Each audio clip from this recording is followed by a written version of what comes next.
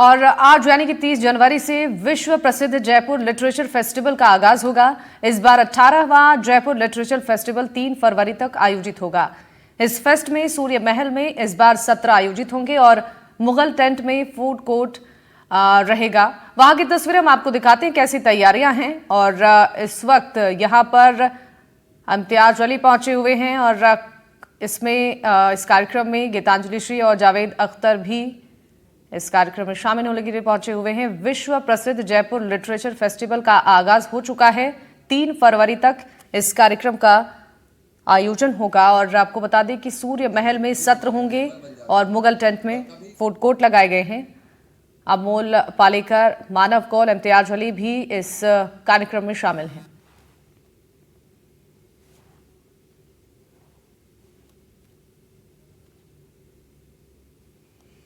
तस्वीरें जयपुर से आपको दिखा रही हैं।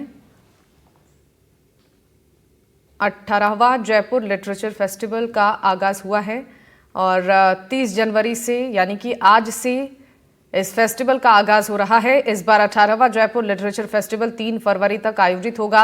इस फेस्ट में सूर्य महल में सत्र आयोजित हो रहा है और मुगल टेंट में फूड कोर्ट रहेगा। फेस्टिवल में दुनिया के अलग अलग हिस्सों से 600 वक्ता भाग लेंगे। फेस्टिवल में हिस्सा लेने के लिए 103 देशों से प्रतिभागियों ने रजिस्ट्रेशन किया है। 5 दिनों तक चलने वाले कार्यक्रम में मौजूदा वैश्विक राजनीतिक युद्ध और संघर्ष, पर्यावरण और जलवायु, थिएटर, संगीत, कविता, सिनेमा, खेल जैसे विषयों पर बातचीत होगी। इस साल 31 पुरस्कार विजेता लेखक इस कार्यक्रम में बतौर अतिथि शामिल हो रहे हैं। इस साल फेस्टिवल में प्रसिद्ध अर्थशास्त्री अभिजीत बनर्जी और अमिताभ कांत, अभिनेता अमोल पालेकर, मानव कौल, निर्देशक इम्तियाज अली, गीतकार जावेद अख्तर और स्वानंद किरकिरे और बुकर पुरस्कार विजेता साहित्यकार गीतांजलि श्री, पूर्व क्रिकेटर मोहिंदर अमरनाथ, अभिनेत्री प्राजक्ता कोहली और नोबेल पुरस्कार विजेता कैलाश सत्यार्थी भी शामिल होने वाले हैं।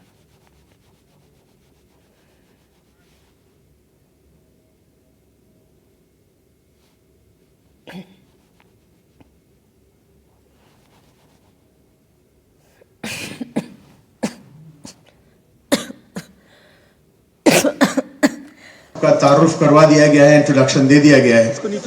सो I will not spend time on that and come straight away.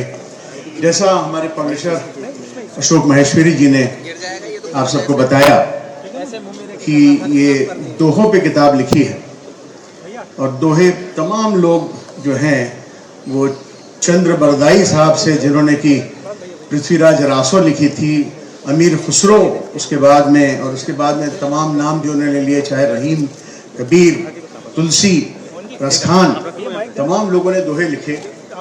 2 लाइनों में पूरी पूरी एक कहानी कहना, 2 लाइनों में पूरी पूरी एक पोएम कहना और मुश्किल से 15 से 17 वर्ड्स का इस्तेमाल करना। और तो दोस्तों, मेरा पहला सवाल जावेद साहब से यही है कि पहली बात तो मुबारकबाद आपको कि इतनी आधे दर्जन से ज़्यादा तो जावेद साहब के कलेक्शंस हैं अपने, और 1 दर्जन से ज़्यादा इनके ऊपर लिखी हुई दूसरी किताबें हैं। वो चाहे टॉकिंग फिल्म्स हो, चाहे टॉकिंग सॉन्ग्स हो, चाहे टॉकिंग लाइफ हो, जादूनामा हो, तमाम किताबें जो जावेद साहब पे लिखी हैं दूसरों ने वो हैं। और एक और किताब आपके आगे, और कितना खूबसूरत नाम है, सीपियाँ। सीपियाँ दोस्तों, जो थोड़ा बहुत मेरी तरह हिंदी कम समझते हो, वो सीपियाँ वो सी शेल्स होती हैं जिनसे मोती निकलते हैं। और जावेद साहब दोहों में सचमुच जो चमकदार मोती छिपे होते हैं ज्ञान के, उसको कैसे आज के कॉन्टेक्स्ट से, आज के कंसर्न से और आज की जनरेशन से आपने जोड़ने की कोशिश की है इस किताब में। क्योंकि अब वो art of doha is reciting, is almost finished. कोई अब ये छोटे फॉर्म का 15 शब्दों में पोइट्री लिखने की कोई कोशिश भी नहीं करता है जावेद साहब। लेकिन तो आपको क्यों दोहों की इतनी इम्पोर्टेंस लगी कि आपने पूरा एक किताब आपने लिख दी और उसके पहले एक प्रोग्राम भी कर दिया आपने? तो ये दोहे की जो आपके तई क्या ज़रूरत है आज की तारीख में कि today also we need to understand that knowledge of writing dohas and understanding dohas which we are losing very fast. Sir, मैं आपको पूरी ईमानदारी से जवाब देने की कोशिश करूँगा। सच ये है कि ये ख्याल मुझे खुद नहीं आया था।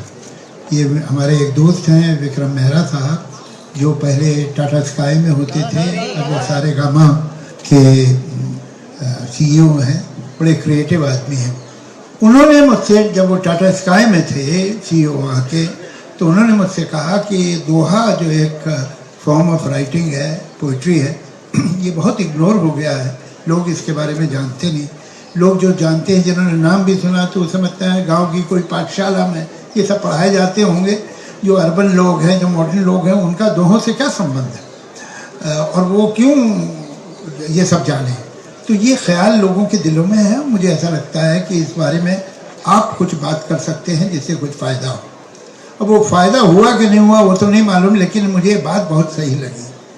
ये बात अगर आप ज़रा बड़े स्केल पे देखें तो हुआ क्या है, ये अकेले दोहे नहीं, हमारी भाषा में जो कहावतें थी वो आज कोई भी आदमी जो 40 साल से कम का है, इंसान कहना चाहिए, आदमी नहीं, औरत हो या मर्द हो, उसकी ज़बान में कोई कहावत नहीं। जो हमारे हर भाषा में कितनी कहावतें, और वो पर्ल्स ऑफ विजडम ही है, वो एक कैप्सूल्स हैं विजडम के, जो कहावतें होती हैं बरसों के तजुर्बे से बनती हैं, वो गायब हो गई। ये हमारे दोहे जो हैं, इनमें से कुछ दोहे ऐसे हैं जो 750-800 साल पुराने हैं, कुछ 500 साल पुराने हैं, लेकिन आप जब इन्हें गौर से सुनते हैं और इनके माने समझते हैं तो आपको लगता है ये तो शायद अब पिछले महीने लिखे गए, इसलिए कि जो बात है वो तो आज की है।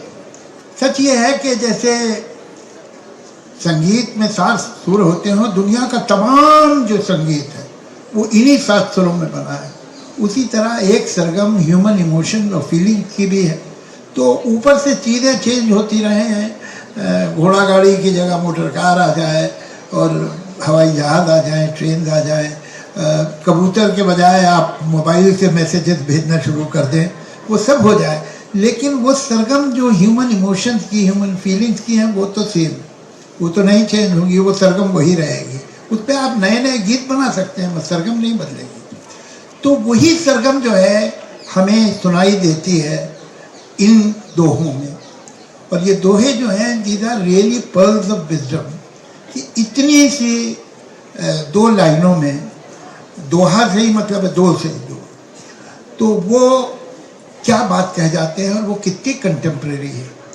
हुआ ये है कि ये ट्रेजेडी कोई दोहे के साथ अकेली नहीं हुई है, हुआ कुछ हमारा जो एजुकेशन सिस्टम है, जो सोसाइटी की प्रायोरिटीज़ हैं, वो कुछ अलग हो गई हैं। हम अपने बच्चों को इंग्लिश स्कूल में भेजना चाहते हैं, इवन जो लोअर मिडिल क्लास है वो भी पंजे पे खड़े होके किसी तरह से अपने बच्चे को इंग्लिश मीडियम स्कूल में भेजती है।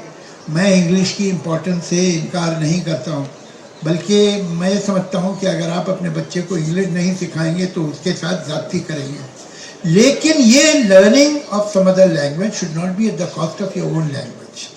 This is not right. ये बहुत ज़रूरी है, लेकिन उतना ही अगर उससे ज़्यादा ज़रूरी मादरी जो ज़बान है, जो मातृभाषा है, अगर वही नहीं मालूम है तो आपने एक पेड़ को डालियाँ और शाखें तो दे दी, जड़ें काट दी, पेड़ जिंदा नहीं रहेगा अपनी जड़ों के बिना।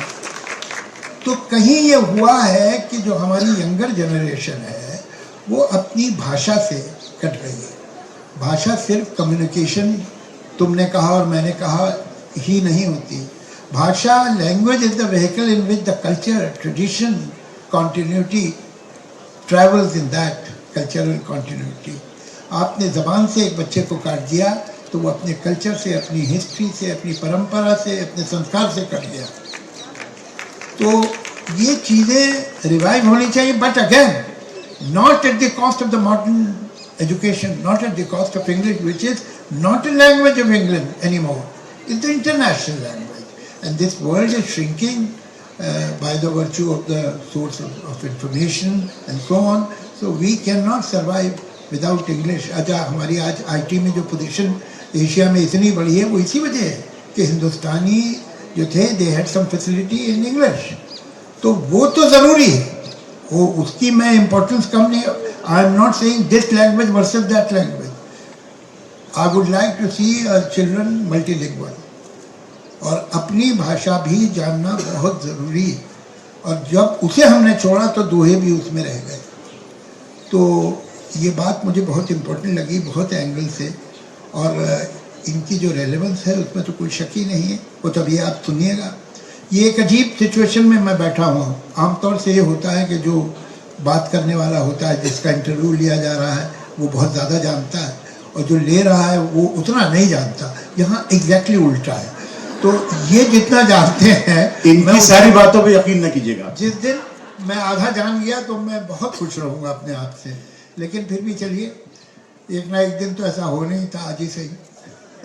जावेद साहब, जो आपने बड़ी इम्पोर्टेंट बात कही कि अंग्रेजी जानना बहुत ज़रूरी है, लेकिन अपनी ज़बान के कॉस्ट पे नहीं। बल्कि मुझे याद पड़ता है, एक बहुत दिनों पहले हम लोग कुछ यही बात कर रहे थे, तो आपने एक कमाल की बात कही थी कि मौसी से प्यार करो, लेकिन अम्मा की कीमत पे नहीं कि अम्मा को भूल जाओ। तो वो तो बहुत ज़रूरी है। जैसे आपने जो सरगम की बात की, तो क्यों ना आपकी ज़बानी वो सरगम सुनते हुए चलें। एक आध दोहे से ही शुरू करें। आप थोड़ा बताएं कि इस किताब में कौन से दोहे आपको पसंद हैं। एक आध दोहा आपसे सुने हैं। चलिए, मैं एक दोहा रहीम का सुनाता हूँ।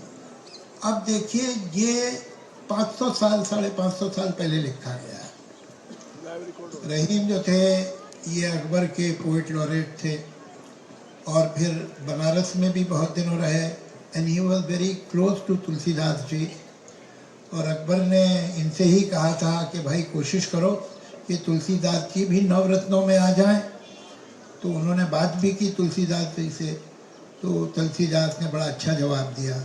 कहले, भाई एक वक्त में आदमी एक ही राजा के दरबार में रह सकता है। तो मैं एक राजा के दरबार में हूँ, मैं कहाँ जा पाऊँगा दूसरे राजा के दरबार। तो ये बड़े गहरे दोस्त थे। उस ज़माने में रिकमेंडेशन वगैरह चलती थी। अक्सर दिल्ली या आगरा तुलसीदास जी का लेटर लेके कोई रहीम के पास आता था कि भाई इसे कहीं नौकरी दिलवा दो। तो ये कुछ आजकल का काम नहीं, पहले से हो रहा है। तो देखिए, ये 550 साल पहले का दोहा है, लेकिन ये हम सब की लाइफ का डायलेमा है। रहीमन मुश्किल आ पड़ी टेढ़े दोहू काम। रहीमन मुश्किल आ पड़ी टेढ़े दोहू काम, सीधे से जग ना मिले उल्टे मिले ना राम। उल्टे मिले ना राम। हाँ। और एक ये अब देखिए, मुसलमान पोइट ऐसी बात कह रहा है। हाँ, पोइट होता है भाई। बेचारे जो शायरी नहीं कर पाते वो लोग होते हैं हिंदू मुसलमान।